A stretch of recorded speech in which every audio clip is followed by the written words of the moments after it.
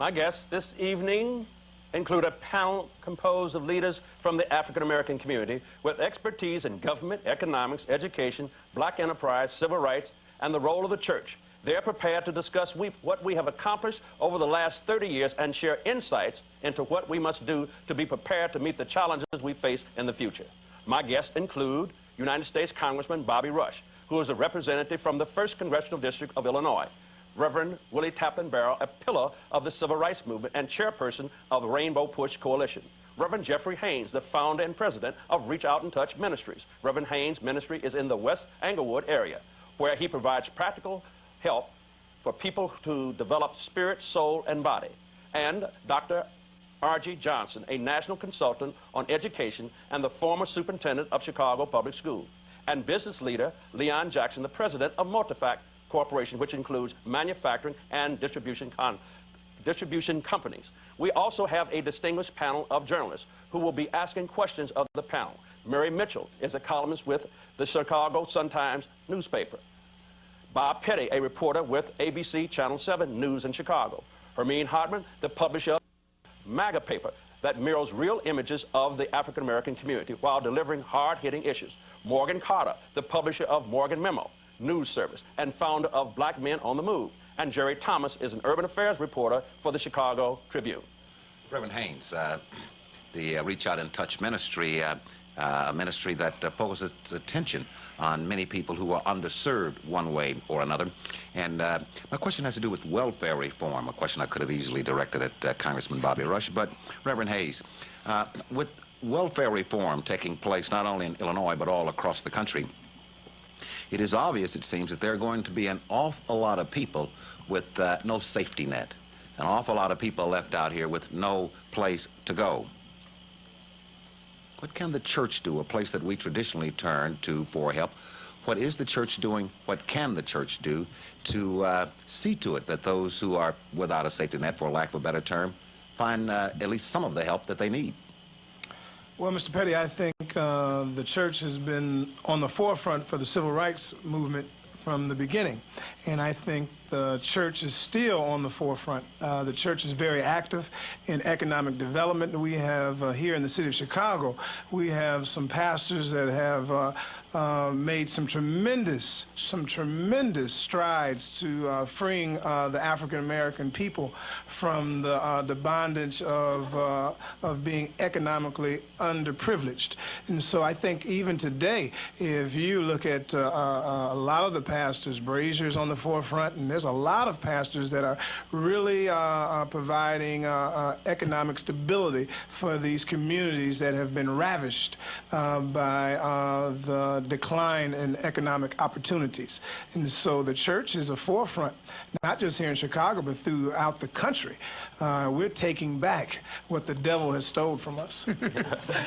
There are many pastors, religious leaders, and lay leaders who believe more than ever that the church will have to be an anchor in the community. And members of the community and lay leaders must be equipped to help people develop spirit, soul, and body.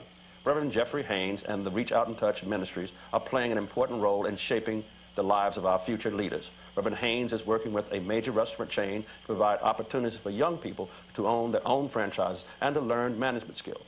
Our reporter, Jewel Howard, talked to some students in the program to determine the impact that Reverend Haynes and his ministry are having on their lives. Stick with us.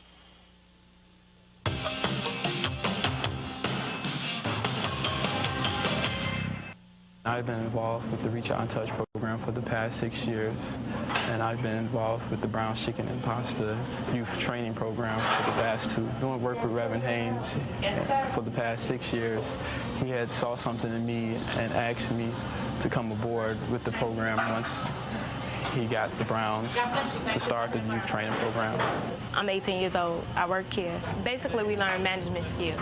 I want to own my own businesses and apartments. The advice that I would give to teens that doesn't have any help is to turn their life over to God. Start there and meet people like Reverend Haynes. He's a great person. God bless you. Thank you for stopping at Browns. Can I take your order?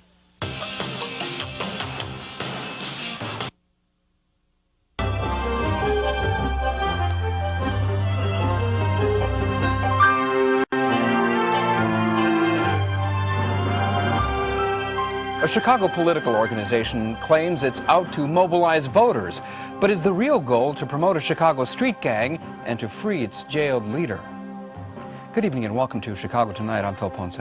Last week, ABC News ran a two-part story nationwide looking into what it called Chicago's most dangerous gang, the Gangster Disciples.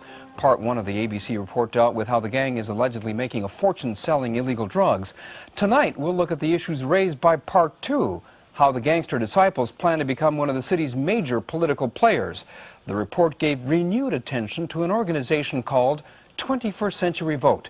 Critics say 21st Century Vote is little more than a puppet organization run by the jailed leader of the Gangster Disciples. He is Larry Hoover, who's serving a lengthy prison term for murder. And now joining us are Jeff Haynes, supervisor of the Gang Prosecution Unit for the Cook County State's Attorney's Office; Jeffrey Haynes, executive director of the West Englewood Youth and Teen Center and Reach Out and Touch, a crisis intervention agency based in Englewood; Mark Allen, founder and president of the Black Leadership Development Institute. Mr. Allen is also a local coordinator for the National Coalition on Black Voter Participation; and Salim Moakil, senior editor for In These Times and contributing columnist for the Chicago Sun-Times. Gentlemen, welcome all of you to Chicago Tonight. Mr. Haynes, do you believe that Mr. Hoover is trying to turn things around? Well, I think definitely that Larry Hoover has taken ownership of 21st Century Vote. And to me, it's a scary issue because there still has to be a clear disconnection between the violence, the dope, and the killing in our community. I think what happens is that violence, corruption masks itself in different packages. And what I mean by that, we have to denounce violence, dope trade in our community altogether. And when you say different packages, are you implying that 21st Century Vote is a different packaging of that same set of circumstances you just described? Well, today in my office, I had some individuals who are affiliated with that gang that was in my office, and they were telling me about the mandatory money that they have to give twice a month to 21st Century Vote. And so there's clear connections from these thugs on the street. That's what they are.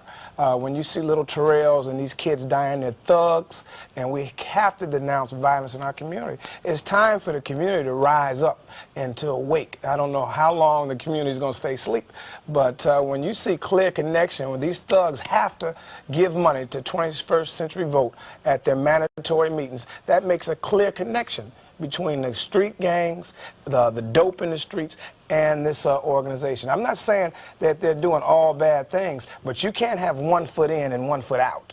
Either you're in or you're out.